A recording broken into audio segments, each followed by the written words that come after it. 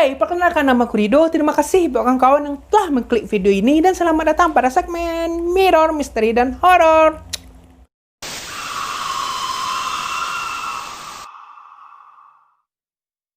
Nah, aku sudah lama nggak buat video, sudah lama nggak buat konten, udah sebulan lebih ya. Ya, mau gimana lagi, kemarin itu bukan sibuk sih, tapi emang malas, bermalas-malasan gitu. Dan di sisi lain gue juga lagi melamar kerja ke tempat lain karena gue juga belum dapat AdSense dari YouTube. Nah, kali ini aku buat konten yaitu membacakan suatu cerita horor, tapi bukan cerita horor dari diriku ya. Cuman aku dapat cerita horor ini dari fanspage-nya di Facebook gitu. Tapi cerita horor ini udah lama, ada yang tahun 2014, ada yang tahun 2013 gitu. Dan aku sudah pilih 4 cerita horor yang paling seram, yang paling seru, dan yang paling menegangkan. Gimana keseruannya? Kawan-kawan tonton video ini sampai habis, oke? Nah, langsung saja ke ceror. Cerita horor. 3, 2, 1, cekidot.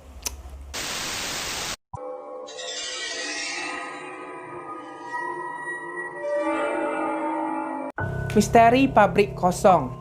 Ini cerita dari temannya tante saya. Beberapa waktu lalu temannya tante saya ini dapat interview di sebuah pabrik di daerah Cakung, Jakarta Utara. Anggap aja namanya Mbak Ani. Nah, setelah datang ke pabrik yang dimaksud, Mbak Ani nggak ngerasa hal aneh sedikit pun. Dia datang layaknya orang mau interview pada umumnya. Ada beberapa orang juga yang interview di hari itu. Nah, ternyata setelah diumumkan hanya Mbak Ani aja yang diterima di pabrik tersebut.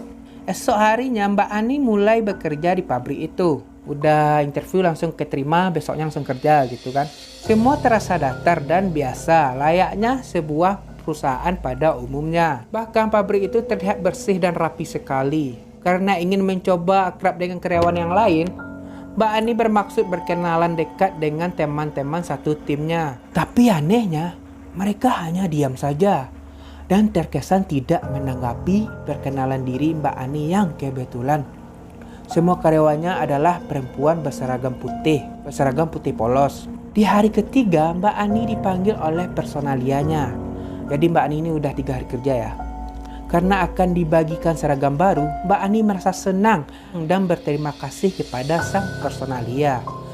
Kemudian keluarlah dia dari ruangan tersebut. Lalu ia merasa lapar dan ingin mencari sarapan di luar sebelum masuk jam kerja. Ia keluar lalu bertemu dengan seorang satpam yang kebetulan sedang berkeliling yang berjaga di pabrik sebelah ia bekerja.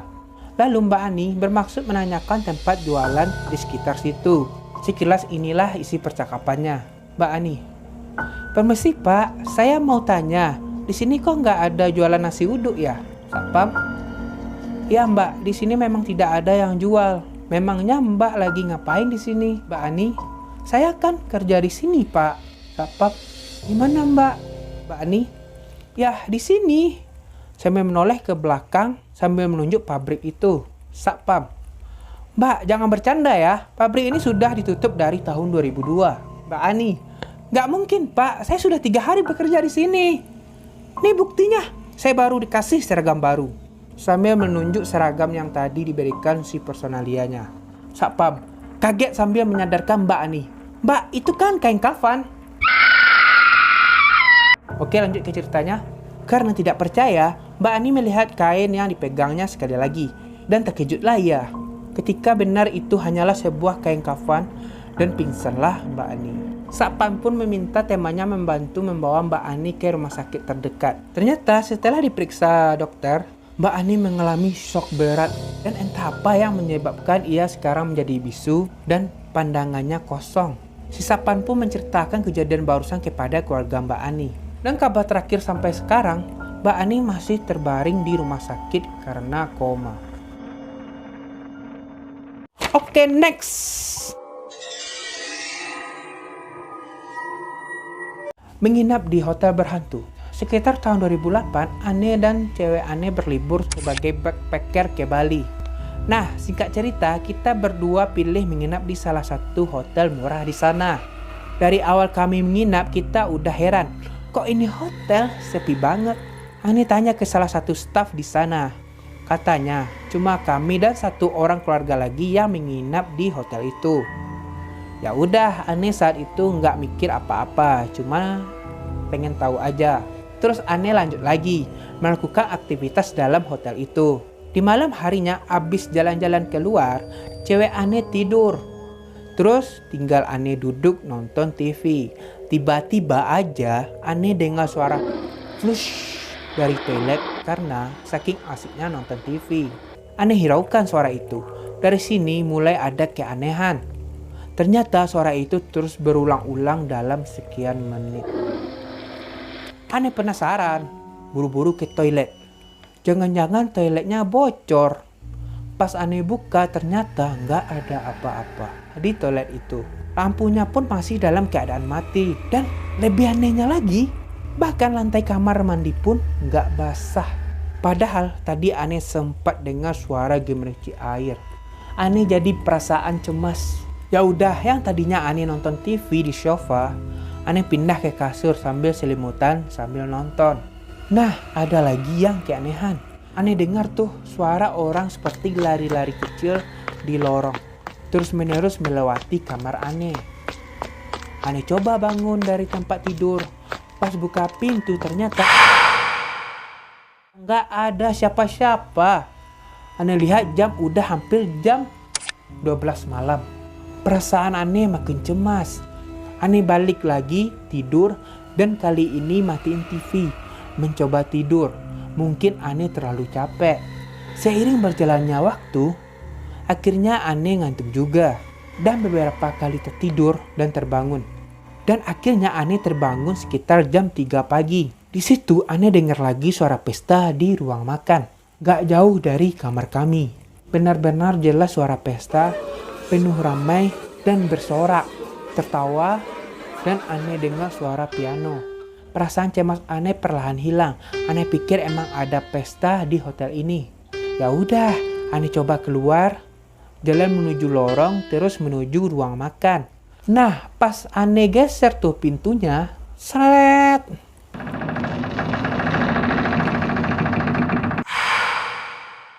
Ya ampun, gak ada orang bro. Kosong melompong. Hanya ada meja, kursi, dan perabotan lainnya.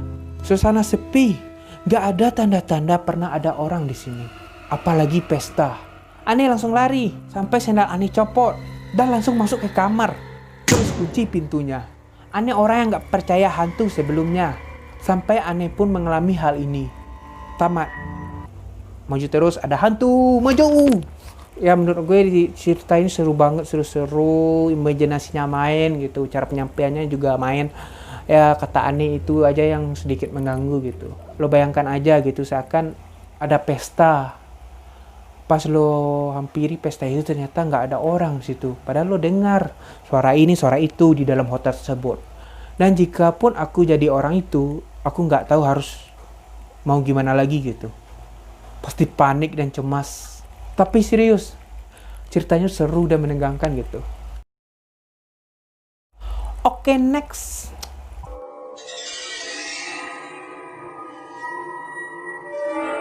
Kereta hantu. Kiriman member Mama Ike Maltea. Hai admin dan para pecinta horor, saya mau sumbang cerita lagi nih. Memang kejadian ini bukan saya yang mengalami, tapi tetangga saya sewaktu saya tinggal di Jakarta dulu. Sebut saja namanya Pak Slamet. Pak Slamet bekerja tukang bakso yang mangkal tetap di seberang depan stasiun Juanda. Tapi itu dulu, sekarang sudah tidak ada. Singkat cerita, setiap pagi pukul 5 dia sudah berangkat dari rumah sambil membawa olahan-olahan bakso untuk dijual. Dan pulang pukul 9 malam. Tapi waktu itu Pak Slamet tidak langsung pulang.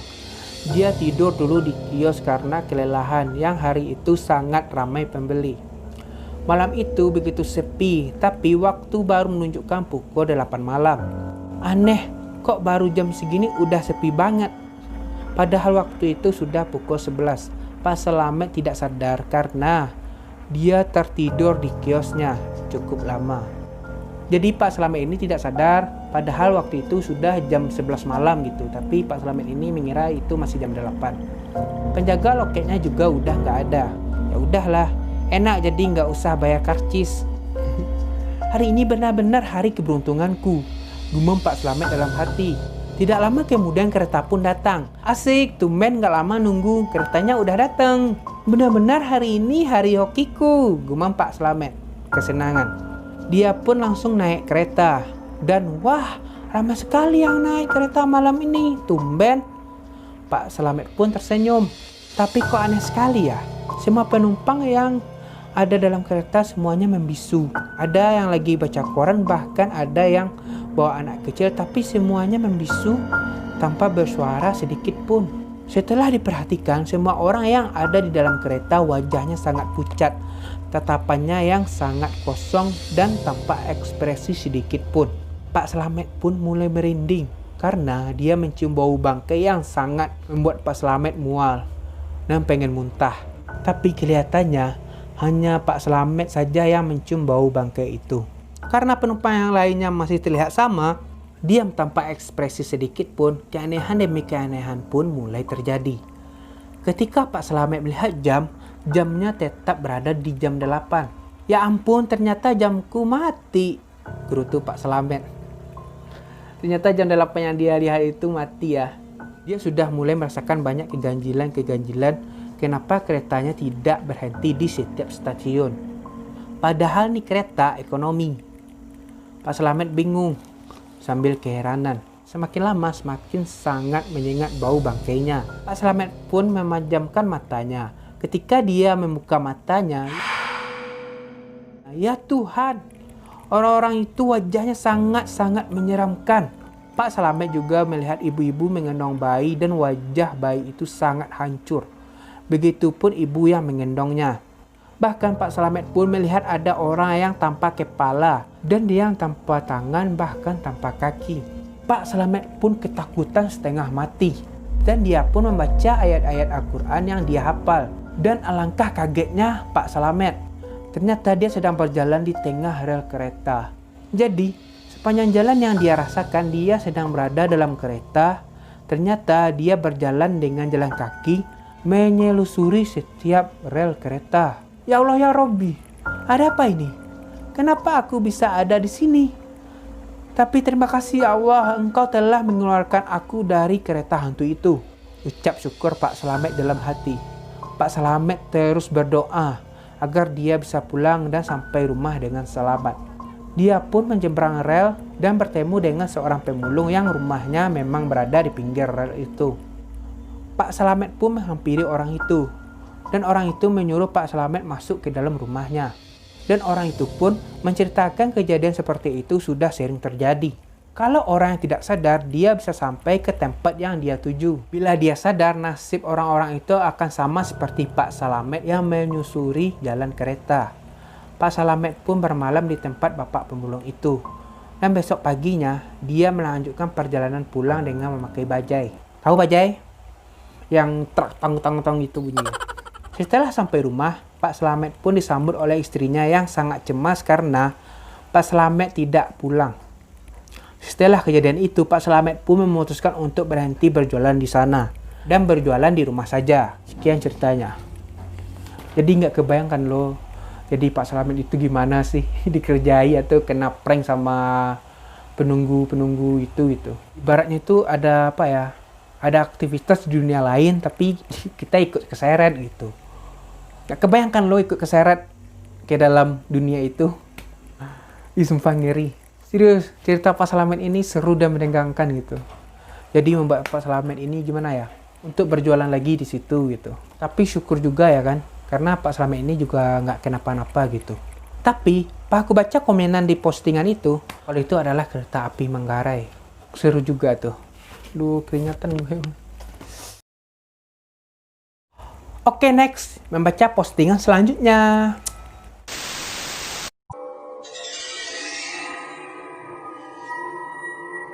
Lima member Roni Krik. Roni Krik. Saya mau berbagi cerita tentang pengalaman pribadiku lagi. Ini cerita yang kedua. Kejadian ini saya alami sekitar 2 tahun lalu. Dan takkan pernah saya lupakan. Langsung aja ke cerita. Waktu itu sekitar jam 4 sore, saya pergi dari desa saya ke rumah saudara saya yang tinggal di kota menggunakan sepeda motor. Oh, jadi dia pergi OTW nih dari desa ke kota ke rumah saudaranya. Memang jalan dari desa saya ke kota cukup jauh. Desa saya bisa dibilang desa yang terpencil dan akses jalan menuju desa saya juga masih jalan tanah kuning. Dan jarak untuk sampai ke jalan aspal atau jalan raya cukup jauh, sekitar 3 km. Saat pergi ke rumah saudara saya, mulanya tak ada kejadian aneh karena pada saat itu hari masih siang. Saat saya pulang dari rumah saudara saya, hari sudah malam, sekitar pukul setengah 10 malam. Saat itu cuaca agak mendung dan sedikit gerimis, sehingga jalan menuju desa saya agak licin dan becek karena masih jalan tanah. Ditambah lagi jalan yang gelap tanpa penerangan. Maklum, PLN belum masuk desa saya waktu itu. Asik tuh desanya, belum ada PLN. Jadi masih pakai lampu togok. Maybe. Tambah lagi pepohonan dan perkebunan sawit yang rimbun menjadi suasana makin mencekam. Saya sudah mulai menyusuri jalan desa yang gelap dan becek itu. Tapi pada saat memasuki perkebunan sawit, tiba-tiba ban motor saya terpleset dan saya hampir jatuh. Monyong. Saya berusaha mendorong motor saya yang terperosok ke dalam lubang tersebut. Tapi anehnya saat saya mencoba mendorong motor saya terasa sangat berat seperti ada yang menahan dari belakang. Ada yang menahan dari belakang ya? Siapa tuh? Setelah saya paksa mendorong, akhirnya motor saya bisa juga keluar dari lubang itu. Tapi tiba-tiba saya mencium bau amis yang sangat menyengat. Dan entah kenapa seluruh tubuh saya merinding. Cuaca semakin buruk dan kali ini hujan benar-benar turun. Motor saya pun mati karena basinya terkena air hujan. Motor buntut. Ya sama motor kita, motor gue juga buntut. Jangan baper, serius. Saya coba menghidupkan tapi tak bisa. Akhirnya saya mendorong motor saya tersebut. Tapi bannya tak mau berputar. Saya mulai merasa ada yang mengawasi saya dari belakang. Saya ingin menoleh ke belakang tapi tak berani. Tapi setelah saya memberanikan diri, akhirnya saya berani menoleh ke belakang. Tapi ternyata tak ada apa-apa di belakang. Dan saat saya kembali melihat ke depan, tiba-tiba di depan saya sudah berdiri sesosok makhluk dengan tubuh hitam besar dan berambut gondrong. Saya coba berlari, tapi kaki terasa kaku. Saya coba menjerit, tapi suara tak mau keluar, walaupun mulut sudah terbuka lebar. Akhirnya saya pingsan di tempat itu dan terbangun di pagi hari setelah dibangunkan orang-orang yang hendak pergi kerja. Sejak kejadian itu, saya tak berani pulang malam-malam lagi, apalagi lewat tempat itu. Dan membuatku trauma. Serius, ceritanya asik dan menegangkan gitu. Tapi gimana ya? Menurutku pokoknya ceritanya asik. Apa cerita sebelumnya harus ku beri kesimpulan? Gak usah pakai kesimpulan kalau sudah mengerti dengan cerita ini, oke? Aku minta pendapat kawan-kawan semua bagaimana ceritanya, seru, menegangkan atau kurang menegangkan, atau ceritanya biasa saja. Tapi bagi kawan-kawan yang punya kejadian horor yang mungkin hampir sama dengan kejadian ini, atau mungkin cerita yang ku bawa barusan ini adalah cerita-cerita dari kawan-kawan yang menonton video ini, boleh banget komen di bawah. Atau cerita pengalaman pribadi kalian juga boleh banget komen di bawah. Maksudnya cerita pengalaman pribadi yang horor ya, bukan cerita pengalaman pribadi bercinta atau yang lainnya, tapi pokoknya horor dan seram, oke? Pokoknya terima kasih buat kawan-kawan yang telah menonton video ini sampai habis, dan juga terima kasih buat kawan-kawan yang tidak men-skip iklannya karena ya aku juga butuh jajan gitu. Oke, tanpa basa-basi lagi, sampai jumpa di video selanjutnya. Bagi kawan-kawan yang belum subscribe, jangan lupa ditekan subscribe, nyalakan notifikasinya. Sebelum itu juga jangan lupa like video ini, oke? Dan saya Rido, pamit undur diri dan sampai jumpa di video selanjutnya. Bye!